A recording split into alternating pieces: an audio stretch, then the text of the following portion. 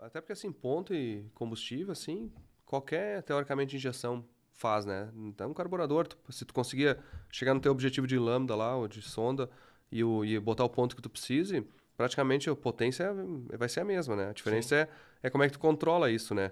E transitório e outros fatores. Mas aí em 2008 a gente deu esse, acho que foi esse grande pulo de mostrar um recurso de controle de tração. Foi a primeira forma de controle de tração passivo que a gente fez e começou a funcionar muito bem. Aí, em 2009, a gente quis começar a modernizar. A gente já em 2008 já lançou a linha da 200, ó, 2007, 2008, a FT200, a FT300, que era basicamente incorporando a Fire Pro, que tinha o controle de roda fônica, né? Que era uma forma Uhum. diferente de fazer. E depois disso a gente adicionou... e aí a FT400 basicamente foi fazer isso com uma tela mais amigável, com uma tela de um touchscreen. A gente até já estava fazendo feira, por exemplo, PRI nos Estados Unidos, e todo mundo chegava para nós e dizia, não, você tem que fazer uma caixa preta Não embaixo é do o caminho, painel, né? um cabo serial que conecta lá um DB9 lá e liga no computador, porque isso aqui ninguém quer fazer na tela, é muito melhor isso. E se for pensar, era bem na época até que estava lançando, por exemplo, o iPhone e todo mundo usava Palm. E aí todo mundo dizia assim, não, telefone, tela touchscreen não vai funcionar, tem que ter um teclado com teclas assim, eu fui um desses.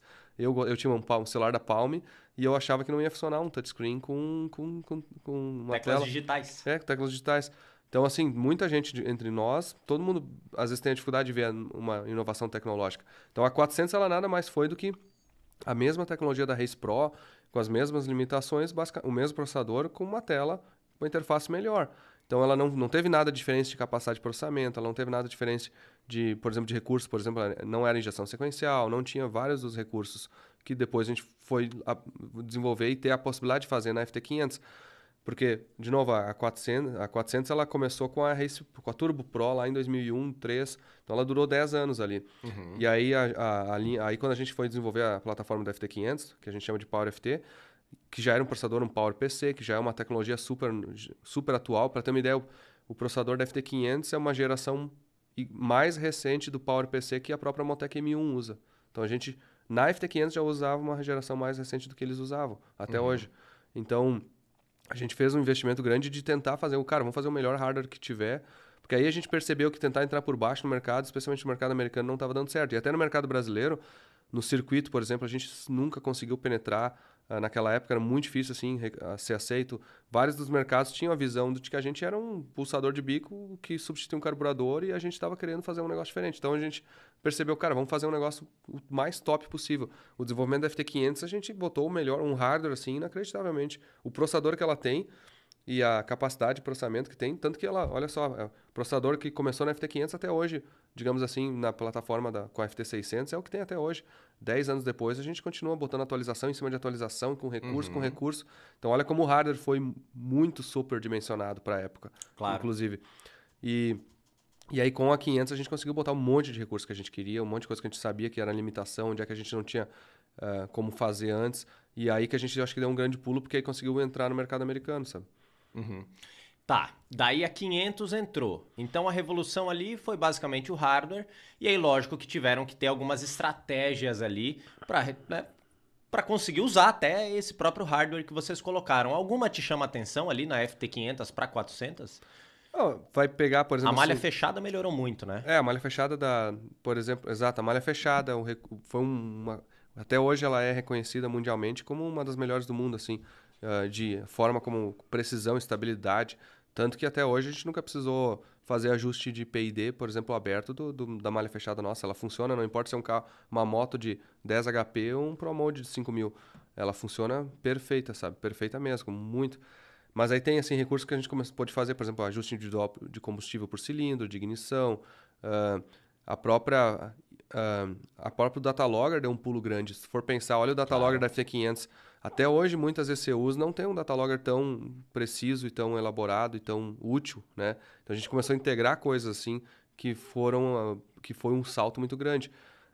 O próprio dash da 500, se for pensar, até então, tu tinha que ter um dash separado, um painel que não era LCD, Sim. naquela época, né? Então, a gente conseguiu fazer um um salto muito grande nessas coisas. Mas basicamente foi malha fechada, a injeção sequencial, ajuste por cilindro, a tabela, o mapa 3D, por exemplo, que também antes era um 2D sempre. É verdade. Ele até tinha um 3D, mas era o 3D meio... Não, o 3D era só uma representação no PC. Era no software, né? Era você só uma conseguia ver. representação do 2D, tu não mexia 3D. E já na 500 a gente conseguiu, obviamente fez a tabela 32 por 32, mais resolução. Uma coisa que até hoje é relevante para ter uma ideia, assim, ó, semana passada a Holley, nos Estados Unidos, que é um dos principais concorrentes nossos, lançou uma atualização para testar a saída.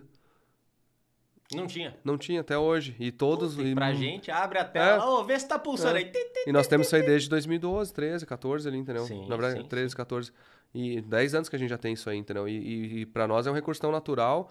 E a gente deu muitos saltos desses que às vezes até é difícil. Vou dar um exemplo assim, tu mesmo. Daqui a pouco pelo teu preconceito do produto, talvez tu demorou um pouco mais para poder botar a mão de verdade e enxergar algumas das coisas que a gente já tá fazendo. E a gente enxerga isso aí direto, sabe? Esses dias eu tava fazendo até tava gravando um podcast com o pessoal da HP Academy, lá na Nova Zelândia. Assista lá. Teve vários momentos no meio da reunião, do podcast, que eu percebi que ele não mexeu. Até hoje ele não sabe o que a gente tinha. Ele ficou surpreso, assim. A gente começou a falar, ele ficou várias coisas, ele... não sabia, ele até deu umas gafes, assim, porque ele não tinha percebido que a gente tinha alguns recursos. Mas por quê? Porque ele é um cara que vem muito do top-down, assim, então ele tá acostumado com ECUs muito avançados. Haltech ou Motec, Motec, esses ECUs, assim, e para ele... A gente veio muito baixo e demorou até chegar para eles abrirem os olhos, assim, de repente, que a gente podia ter alguns recursos que eles nem sabiam que tinha. Então, é muito comum hoje ter clientes que nunca usaram o nosso produto e quando tu vai, por exemplo, começar a mexer, o cara diz, mas não dá para fazer tal coisa. Não dá, faz aqui, ó. Mas e como é que faz tal coisa? Os caras começam a se surpreender. Então, tem sido, obviamente, um dos nossos desafios nos últimos anos. De mostrar para o mercado, especialmente o mercado americano, né? Aonde...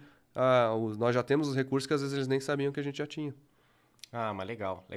Bom, daí houve a 500, alguns anos depois teve a evolução da FT600.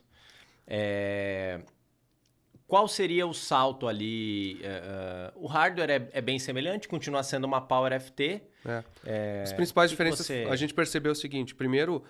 Da 400 para 500, a gente teve uma estratégia que foi o seguinte, a gente quis manter a aparência muito, muito similar, porque a gente sabia que o pulo de gerações entre ECUs é um dos maiores desafios de qualquer fabricante. Tá? Quando tu pula geração, vamos pegar assim a IM. A IM, quando saiu da série 1 para a série 2 e não manteve compatibilidade, eles perderam muito cliente.